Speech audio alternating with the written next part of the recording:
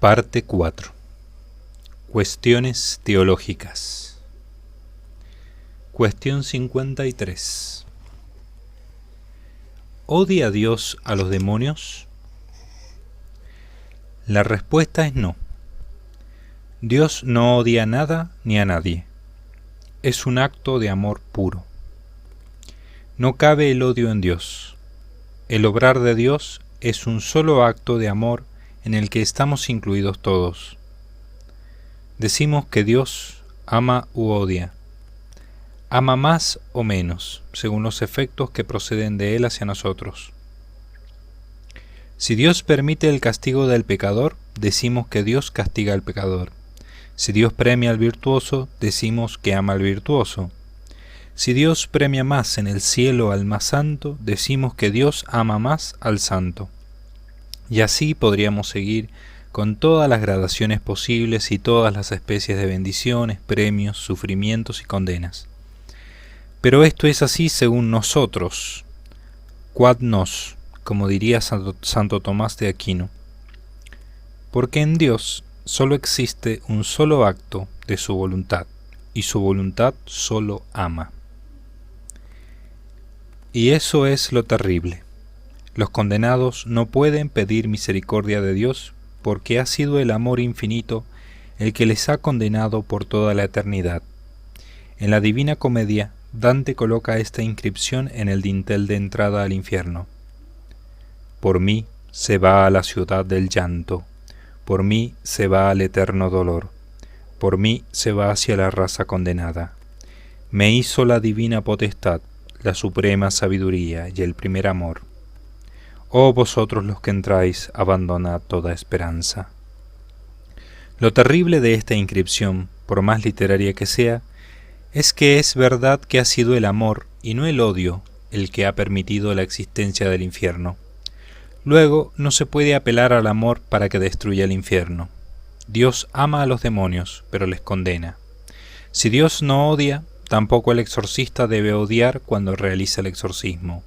El demonio puede decir cosas que le inciten a odiarle, para así dificultar el exorcismo. Recuerdo un exorcismo en el que la madre perdió el control de sí y se dirigió furiosa contra el demonio que poseía a su hija. Con toda tranquilidad el demonio sonrió malévolamente y le dijo: «Con odio no me sacarás». Cuestión 54. ¿Pueden los demonios aunar y concentrar sus esfuerzos para influir en una sociedad? El gran poder del demonio es tentar, y como los demonios se comunican entre sí, pueden ponerse de acuerdo para tentar en una misma dirección. En 1932, los demonios entendieron perfectamente que para sus planes era mejor tentar a la gente para que votase a ese candidato bastante desconocido, que era Hitler. ¿Eso significa que su ascenso al poder se debió a la acción de los demonios? No, pero ellos indudablemente le ayudaron. Igualmente hay que recordar que los santos padres desde los primeros siglos de la Iglesia, al tratar el tema de las persecuciones contra los cristianos, señalarán como primera y principal causa de esa persecución la instigación de los demonios, tanto sobre las masas como sobre los gobernantes. Otro ejemplo, abundando en lo ya dicho, sería el del cardenal Nasali Rocca, cuando escribió en su carta pastoral de Cuaresma, Bolonia 1946, que el secretario del Papa, Monseñor Rinaldo Angeli, le había contado varias veces cómo León XIII tuvo una visión de los espíritus infernales que se concentraban sobre Roma, y que ese fue el origen de la oración que quiso que se recitara en toda la Iglesia y que fue expedita a los ordinarios en 1886. Sí, efectivamente, también los demonios tienen sus estrategias y se ponen de acuerdo para llevarlas a cabo. Pueden concentrarse en un lugar determinado. Ambicionan todas las almas, pero saben muy bien que algunas personas tienen el poder de arrastrar a otras personas, bien por su cultura, por su poder o por su dinero. Y por lo tanto las fuerzas del mal son conscientes de que esas élites son especialmente deseables. En política, los demonios nunca son neutrales. Analizan la situación y están seguros de cuáles son las personas que más favorecerán sus estrategias. Afortunadamente, el lado del bien tiene a los ángeles y a las muchas personas que con su oración desbaratan los planes de las tinieblas. Por eso es tan importante la oración y el sacrificio. Los monasterios, las personas orantes, son las fuerzas invisibles que no solo contrarrestan el poder del infierno en este mundo, sino que envían sobreabundantemente todo tipo de bendiciones sobre nosotros. Aunque explicar esta lucha invisible de poderes espirituales no nos debe hacer olvidar que los autores de nuestra historia somos nosotros. Todas estas fuerzas invisibles del mal solo son una influencia, y al final cada hombre hace lo que quiere, y es responsable de lo que hace. Ni todos los demonios del mundo pueden obligar a alguien, aunque sea un pecador, a tomar una decisión si él decide tomar la otra. El poder de la oración es tan poderoso como los mayores ejércitos o las mayores fortunas. Una sola persona humilde y desconocida con su oración puede evitar guerras, puede evitar que ideologías políticas malignas lleguen al poder, etcétera, etcétera. Solo los demonios saben hasta qué punto es temible la oración para ellos. Cuestión 55. ¿Por qué Satanás no se manifiesta a los hombres desplegando todo su poder? Así como el Mesías se manifestó con milagros y muchos creyeron en él, así también el diablo podría manifestar plenamente su poder para engañar y seducir a las multitudes. ¿Qué duda cabe que si Satán se manifestara abiertamente, bajo la apariencia de ángel de luz, muchos le seguirían? Podría hacer portentos, sanar algunas enfermedades, predecir cosas futuras. La razón por la que Satán no despliega sus facultades a plena luz nos la da San Pablo. Y sabéis lo que ahora lo retiene, para que se revele a su debido tiempo, pues el misterio de la iniquidad está actuando ya, solo hasta que se retire de en medio el que lo retiene ahora, y entonces se revelará el impío, cuya venida, dada la energía del adversario, estará acompañada de toda clase de prodigios, señales y portentos propios de la mentira. Segunda carta a Tesalonicenses, capítulo 2, versículos 6 al 9.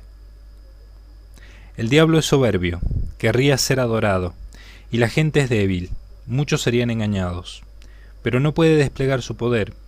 Dios retiene la manifestación de su fuerza. Hasta Satán, que odia a Dios y que trata de hacer todo el mal que puede, está atado a los designios de la voluntad de Dios. Y el designio de Dios es que Él no podrá manifestarse abiertamente hasta que llegue el fin de los tiempos. Hasta que llegue ese momento, los portentos están limitados solo a los pequeños grupos satánicos, donde sí que puede, al ser invocado, mostrarse. Por esas reducidas actuaciones extraordinarias y por su obrar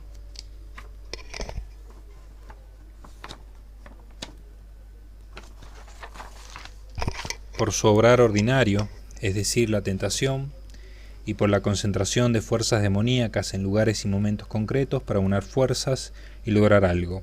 Por todo eso dice San Pablo en la epístola que el misterio de la iniquidad está actuando ya, pero que no se ha revelado todavía. Cuestión 56. Dentro de la Iglesia, ¿a quién odia más? La Iglesia cuenta en su seno con cardenales, arzobispos, pastores de todo tipo, teólogos, personas dedicadas a la caridad, misioneros, etcétera, etcétera. Pero lo que más odia al demonio es el ascetismo. Esto podemos decirlo con seguridad porque a nadie tienta tanto como al que se dedica a la ascesis. Cualquiera que esté dedicado a cualquier ministerio o función eclesial, lleve en ello los años que lleve, si se dedica a hacer la prueba de comenzar una vida más ascética, comprobará que las tentaciones se le multiplican por 100. Ello se debe a que el maligno sabe muy bien que la ascesis es una fuerza poderosísima. Es la fuerza de la cruz, y que la fuerza de la cruz quebranta su influencia en este mundo. Alguien podría decir que lo que más debería temer el demonio es el amor, y que por tanto lo que más debería odiar él serían las obras de caridad. Pero el demonio sabe que al que comienza la vía del ascetismo, si persevera, Dios le concederá el don de la caridad en grado eximio. Mientras que el que se dedica a obras de caridad solamente, quizá nunca llegue a comenzar una vida ascética. Hay personas que se han dedicado toda la vida a obras de caridad, y sin embargo albergan en su espíritu muchos defectos. Uno puede dedicarse a ayudar a los pobres o a los enfermos, por ejemplo, y sin embargo hacerlo con murmuraciones, juicio crítico, desobediencias, etc. Mientras que el asceta, si persevera en la purificación gradual de su alma, obtendrá todos los dones. Por eso el demonio odia mucho más al asceta que a la jerarquía eclesiástica o a los mismos exorcistas. El exorcista expulsa a uno, dos, una docena de demonios. El hombre que se mortifica quebranta de un modo mucho más poderoso la influencia demoníaca en este mundo por el mero hecho de sobrellevar sobre su cuerpo y su espíritu la pasión cotidiana de su vida crucificada. Cuestión 57. Mientras anduvo Jesús en carne mortal sobre la tierra, ¿sabía el demonio que él era el Mesías? Como ya se ha dicho, el demonio no lo sabe todo, ni siquiera saben todo lo que sucede en la tierra. Los demonios recorren este mundo, están entre nosotros, pero yendo y viniendo. Los espíritus malignos, de un modo muy especial, vigilan a los santos. A los demonios no se les pasó por alto que Jesús era un hombre especialísimamente santo. El maligno veía que Jesús y María eran los humanos más santos que habitaban la tierra. No percibían ellos la comisión de ningún pecado, ni siquiera de imperfección moral alguna.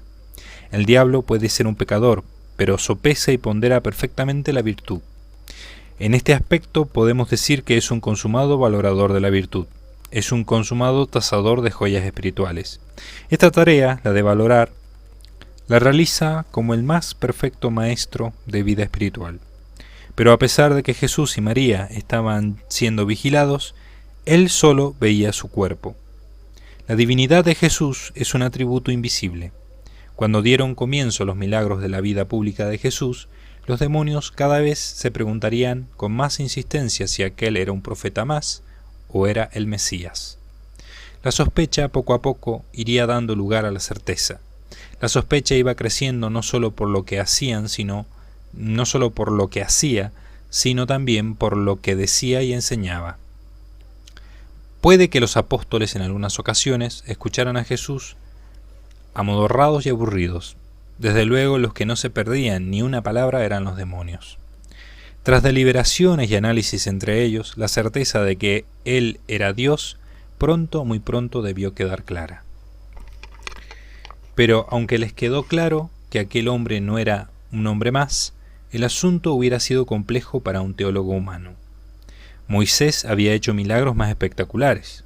Es cierto que Jesús hacía milagros que iban más allá de una naturaleza angélica, resucitar a muertos, por ejemplo.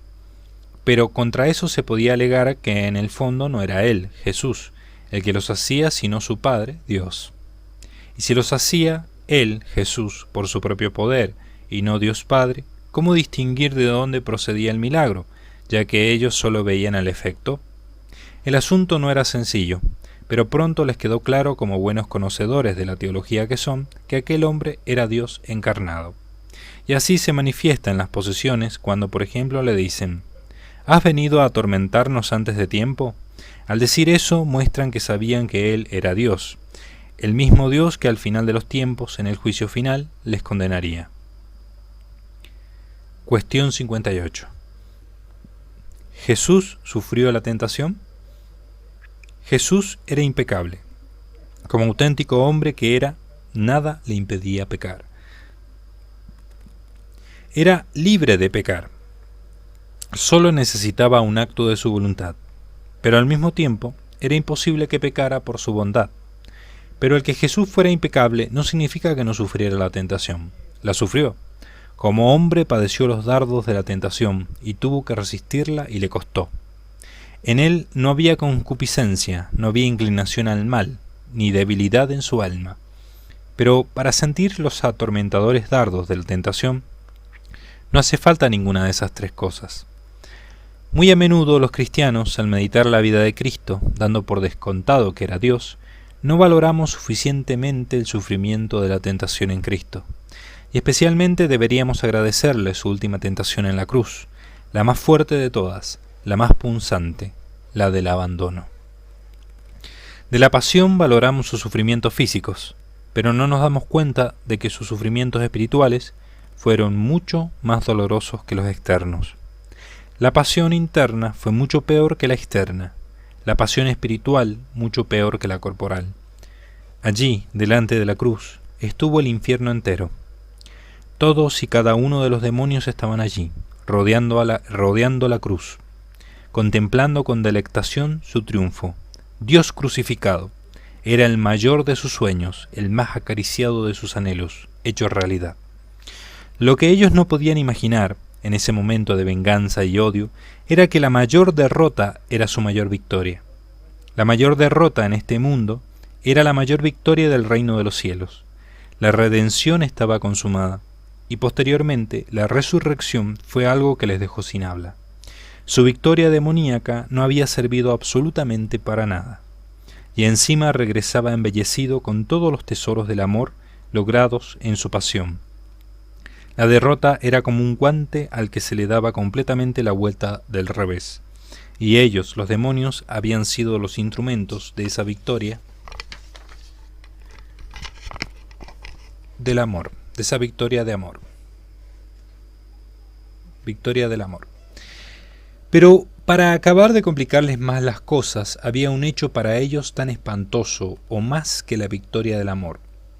Y era que de pronto se hicieron conscientes de que Dios Padre no había perdonado la pasión ni a su mismo Hijo. Este hecho tenía consecuencias tremendas. Si Dios Padre, en pago de reparación por los pecados de la humanidad, no había perdonado ni al justo, entonces podían olvidarse los demonios de ser perdonados al final de los tiempos. La pasión en la cruz suponía que la prueba palpable de que la justicia divina no era transgredida en vano. Fue en ese momento cuando se hicieron plenamente conscientes todos los demonios de que su condenación no tendría indulto alguno por los siglos de los siglos. Por eso ellos, de estar contemplando la cruz con alegría de su victoria maligna, pasaron a entender que para ellos sería para siempre el recuerdo terrible de la justicia divina.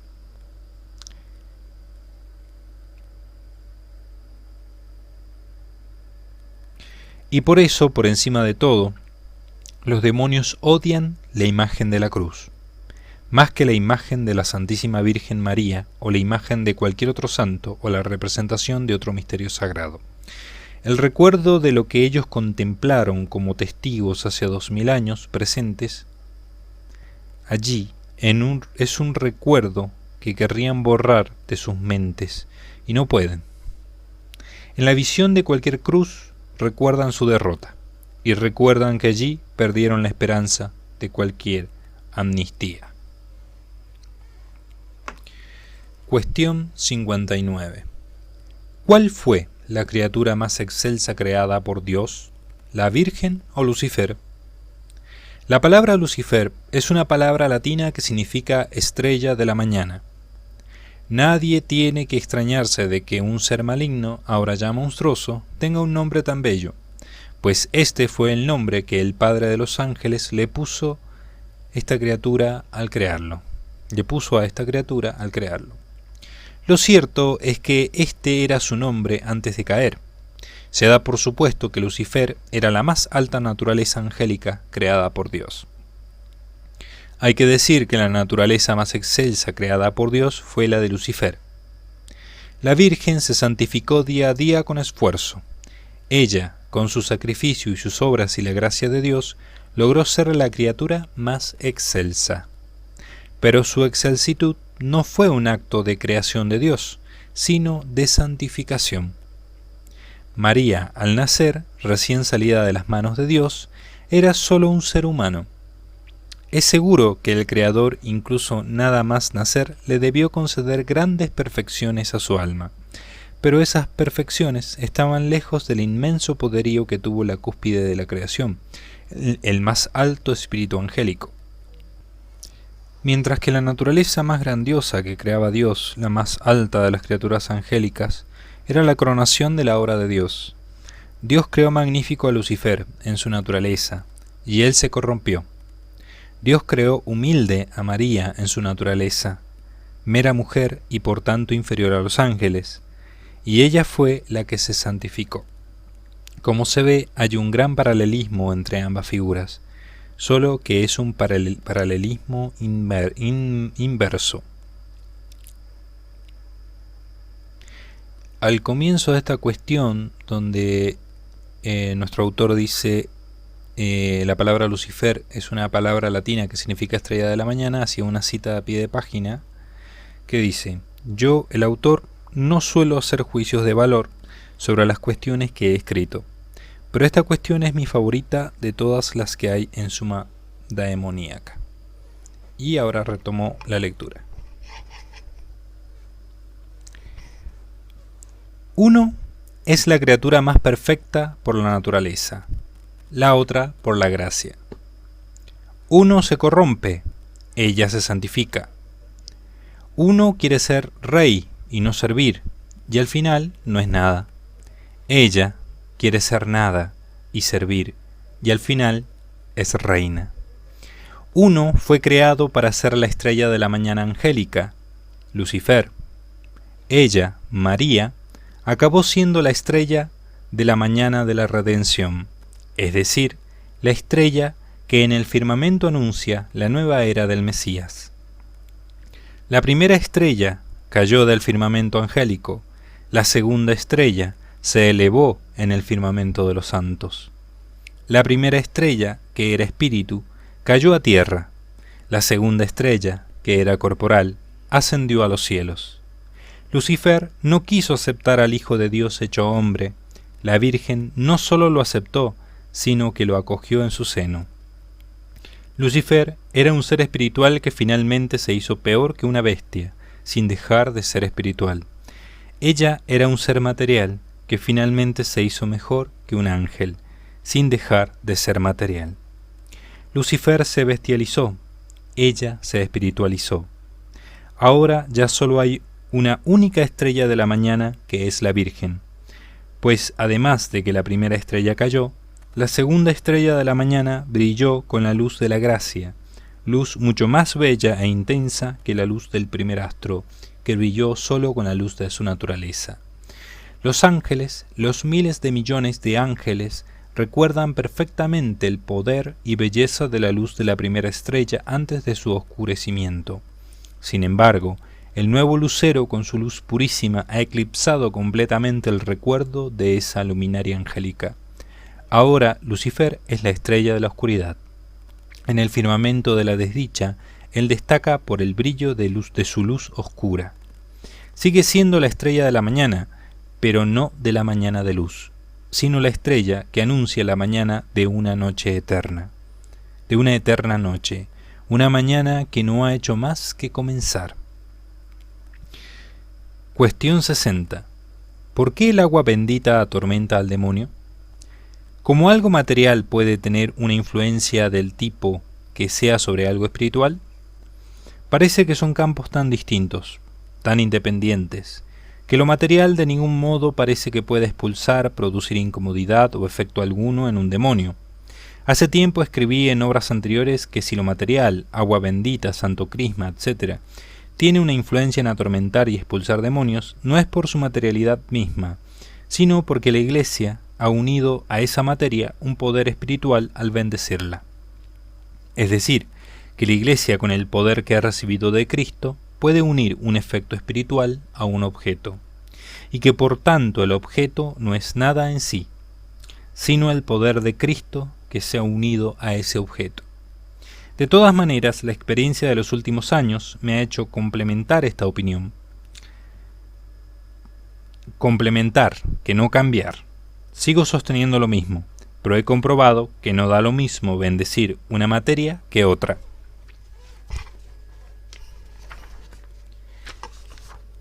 Hay materias que por lo que simbolizan en sí tienen una efectividad concreta. Y a este respecto puedo contar una anécdota. En cierta ocasión no teníamos agua en la parroquia. Hacía mucho frío y el agua estaba congelada en las cañerías. El agua de las pilas de agua bendita no se le podía dar a beber a la posesa, dado que llevaba ya unos días en las pilas y la gente mete los dedos en ellas. Así que cuando ya estaba a punto de salir de la parroquia en busca de agua en aquella frígida mañana, me di cuenta de que había una botella de limonada que había sobrado de una reunión de catequistas. Se me ocurrió bendecir el contenido de la botella, pensando que el tipo de materia era lo de menos, y que lo importante era la oración que se vinculaba a ella. Pues bien, pronto observé que aunque producía algún efecto, era mucho menor. Al cabo de unos minutos ordené en el nombre de Jesús al demonio que me dijera por qué era eso así. Se resistió, pero al final dijo que el agua era símbolo de pureza y limpieza. Si bien dijo que aquel otro líquido bendito también le producía algún efecto, pero menos. Si observamos las materias que la Iglesia ha bendecido o consagrado, nos daremos cuenta de que todas tienen un simbolismo íncito en ellas. La sal, el incienso, el agua, el óleo, las velas, el pan. Cuestión 61. ¿Qué otros objetos atormentan a los demonios? Las reliquias de los santos atormentan a los demonios porque están llenas de la unción espiritual de esos santos. Un crucifijo atormenta al demonio, incluso aunque no esté bendecido, porque le recuerda su derrota en el Calvario y el triunfo de Dios. Le recuerda que Él será su juez en el juicio final, etc. Lo mismo es válido para todas las imágenes religiosas.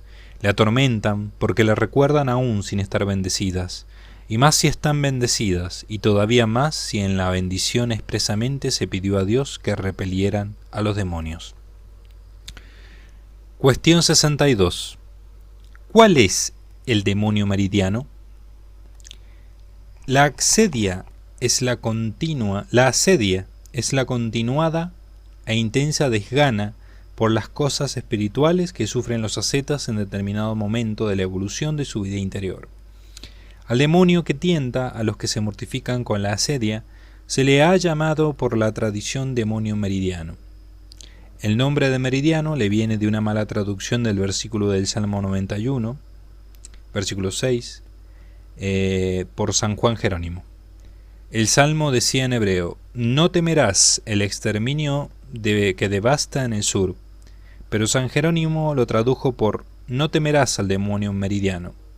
Meridianus en latín significa tanto del sur como del mediodía. Desde que el versículo en la Vulgata quedó así, fueron muchos los comentaristas que construyeron sus exégesis bajo la segunda acepción de la palabra latina. Y así se fue creando toda una literatura que hablaba del demonio que venía a tentar a los eremitas al mediodía. ¿Por qué al mediodía? Pues porque era la hora en que descansaban del trabajo de la mañana tras el almuerzo.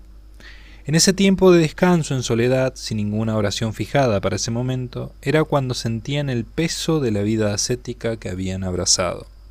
De ahí que fuera tan inexplicable por qué sentían las punzadas de la tentación justo en ese momento del día. De ahí que el demonio meridiano, en la literatura ascética, representa no a un demonio, sino a un tipo de tentaciones, es decir, la sensación continua y prolongada de desabrimiento que sufren los eremitas al sentir la dureza de la vida que han abrazado y ningún gusto por las cosas espirituales. Esto que se ha dicho es lo que la tradición espiritual entiende por demonio meridiano. Ahora bien, ¿es además el nombre de algún demonio concreto? ¿Todas las tentaciones que asedia proceden de un demonio? Si es un demonio concreto, es algo que nunca podremos estar plenamente seguros, aunque ya dije que un demonio en un caso de posesión había dicho que Meridiano era el quinto demonio en importancia en la jerarquía demoníaca. Pero puesto que no lo dice la Biblia, no podemos estar seguros. A la pregunta de si la tentación de asedia procede siempre del demonio, la respuesta es que no necesariamente. Una persona colocada en una situación de renuncia total a los placeres del mundo puede tener esas tentaciones sin necesidad de intervención del demonio. Cuestión 63. ¿En qué ocupan su tiempo los ángeles? ¿En qué ocupan su tiempo los ángeles? En el mundo de los ángeles hay similitud del de los humanos. Hay unos que se ocupan de unas cosas, otros de otras. Aunque los ángeles no tienen que cultivar, ni que construir casas, ni confeccionar artefactos, ni nada de todo aquello que a nosotros nos ocupa tanto tiempo. Los ángeles se ocupan en glorificar a Dios, en profundizar en el mundo del conocimiento, en relacionarse entre sí y en ayudar a los hombres. El mundo intelectual es un mundo tan vasto que les ocupa en un modo completamente similar a nosotros. En una universidad, por ejemplo, puede haber cientos de profesores, cada uno especializado en una rama del saber. En una universidad trabajan muchas horas al día cientos de profesores y catedráticos, y todo ese trabajo, toda esa actividad está en orden a producir una sola cosa: conocimiento. Lo mismo sucede en el mundo de los espíritus angélicos. Las relaciones entre los ángeles pueden parecer poca cosa, pero las relaciones entre los hombres precisan de actos protocolarios, embajadores, cónsules, visitas, reuniones. Un centenar de seres humanos se comunican entre sí enseguida, pero 6.000 millones no. Algo semejante ocurre con los ángeles que conforman una verdadera sociedad compleja. Además, esas relaciones entre los ángeles no solo son relaciones de conocimiento, sino también de caridad. Los ángeles no solo se cuentan cosas, también se reencuentran, se quieren, hay amistades, etcétera, etcétera. No olvidemos que los hombres somos, al igual que ellos, entendimiento y voluntad, y que nuestras relaciones nos sirven muy adecuadamente para comprender cómo son las interactuaciones entre seres dotados de esas dos potencias del espíritu. Cuestión 64. ¿Existe un sacerdocio en el mundo angélico? Ante todo, hay que tener claro que entre los hombres existe un sacerdocio natural. Melquisedec era auténtico sacerdote, lo afirma la Biblia, y sin embargo, ni siquiera pertenecía al pueblo elegido. La esencia del sacerdocio está en ofrecer sacrificios. El sacerdote es aquel que ofrece sacrificios en nombre de toda la comunidad. Es un rasgo de todas las civilizaciones el designar a alguien para ocuparse del culto a la divinidad. Y ese sacerdocio, aunque no esté instituido directamente por Dios, es un verdadero sacerdocio. Y un sacerdocio que da gloria a la divinidad, pues se ofrece un culto a Él en nombre de todos. Esta función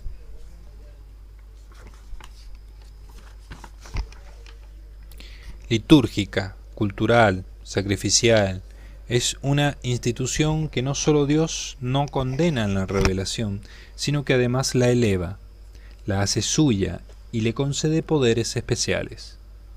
Sí, como hemos dicho antes, hay muchas ocupaciones entre los ángeles. No debemos olvidar la más importante de todas, la glorificación de la divinidad.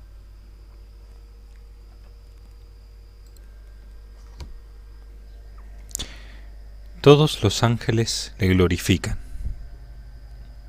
Pero no solo hay una glorificación individual, sino también colectiva.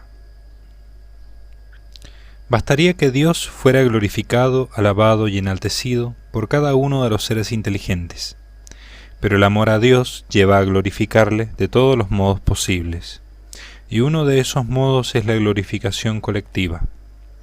Cuando varios que aman a Dios se ponen de acuerdo para honrarle conjuntamente, desde ese momento se están colocando las bases de un acto litúrgico. Cuando ese acto ya no es de unos pocos centenares de seres, sino de miles de millones, entonces nos encontramos con una verdadera liturgia celestial. En este sentido, sí que hay ángeles que cumplen una función sacerdotal. Es decir, hay espíritus angélicos que en esa liturgia eterna representan a todos los ángeles. ¿Qué sacrificio ofrecen? El sacrificio de las alabanzas de todos los espíritus a los que representan y cuya gloria ofrecen a la Trinidad. Se trata de un sacrificio incruento e inmaterial. Es una ofrenda de gloria. Aquí hay una nota a pie de página, la cual el autor dice: debo decir que esta cuestión acerca del sacerdocio de los ángeles se me planteó por primera vez dando vueltas a la etimología del nombre Leviatán. En el Antiguo Testamento, Leví era el nombre del sacerdote por excelencia. ¿No podría ser que el Leviatán fuera la corrupción de Leví, así como Judas Iscariote fue la corrupción de un apóstol? ¿Habría cumplido Leviatán antes de caer una función sacerdotal? Solo Dios lo sabe. Desde luego en la Biblia los nombres no son casuales, todos encierran un misterio, y el más terrible de todos los demonios tiene el nombre del sacerdote por excelencia. En mi opinión personal, Leviatán es la corrupción de Leví. Y ahora retomo la lectura. Cuestión 65. ¿Es adecuado pintar al demonio con cuerpo de hombre y cuernos? Ya se ha dicho que el demonio no tiene forma alguna que se pueda ver. Así que ese modo de representación tradicional con cuernos es completamente convencional. Es decir, se trata de un signo asentado por la tradición occidental durante siglos, que es portador de un significante. De todas maneras, es un signo muy adecuado, porque combina dos elementos: la racionalidad representada por la forma humana, única forma visual que conocemos de ser racional, y la bestialidad simbolizada por los cuernos, rabos y garras. De manera que se trata de un signo muy simple, pero que refleja tanto la inteligencia como el carácter lleno de furia, de animalesca bestialidad, que caracteriza a las manifestaciones de ellos en todas las épocas a través de los posesos. Igualmente, el modo de representar a los ángeles que ha decantado la tradición iconográfica es muy adecuada. El ángel, al ser representado como hombre con alas, es un modo de significar por el aspecto humano la racionalidad y por las alas la sutilidad. Es decir, las alas representan la capacidad de transporte de un lugar a otro a voluntad, sin obstáculos. También es curioso observar que los ángeles son representados vestidos, mientras que los demonios no, como signo de su carácter bestial. Cuestión 66. ¿Por qué hay agua bendita a la entrada de las iglesias? Si uno se santigua con agua bendita con devoción, eso produce tres efectos. Atrae la gracia divina, purifica el alma y aleja al demonio. Ese gesto de santiguarse con ese agua nos atrae gracias divinas por la oración de la Iglesia. La Iglesia ha orado sobre ese agua con el poder de la cruz de Cristo. El poder sacerdotal ha dejado una influencia sobre ese agua. Al mismo tiempo purifica parte de nuestros pecados, tanto los veniales como el reato que quede en nuestra alma. El tercer poder del agua bendita es alejar al demonio. El demonio puede entrar perfectamente en una iglesia. Sus muros no le contienen. El suelo sagrado no le refrena. Sin embargo, el agua bendita sí que le aleja. La gente se suele quejar de que se distrae mucho en la iglesia. El demonio tiene gran interés en distraernos justo cuando vamos a estar en contacto con las realidades sagradas. Por eso es tan útil el agua bendita de la entrada. Aún usando el agua bendita, podemos despistarnos, pero tendremos la seguridad de que las distracciones proceden de nosotros y no del demonio. Aunque nosotros con los ojos del cuerpo no podamos ver la cruz que forma el agua bendita en nuestro cuerpo al santiguarnos, el demonio sí que la ve. Para él esa cruz es de fuego. Es como una coraza que no puede traspasar. Insisto en que santiguarse con agua bendita al entrar en una iglesia no es un mero símbolo. Es un símbolo, pero ese agua tiene un poder que Cristo ganó con sus sufrimientos en la cruz y que el sacerdote administra con toda facilidad. Cuestión 67. ¿Es el demonio un mero símbolo del mal o existe en la realidad? Siempre me ha admirado la capacidad de algunas personas para cerrarse a la realidad.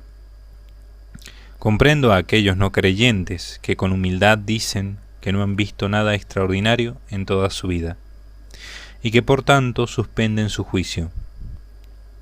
Pero resulta chocante encontrarse a personas que afirman con rotundidad absoluta, tajante, que es imposible que exista el demonio. ¿Han llegado a tal conclusión tras revisar todos los rincones del universo con un don extraordinario que les permite ver los espíritus? Nadie, salvo por especial permisión de Dios, puede ver a los espíritus. Pero los fenómenos que ellos producen, posesión de personas, infestación de lugares, sí que es posible verlos. Cuando un poseso, en mitad de una sesión de exorcismo, vomita trozos de hierro, eso es una prueba.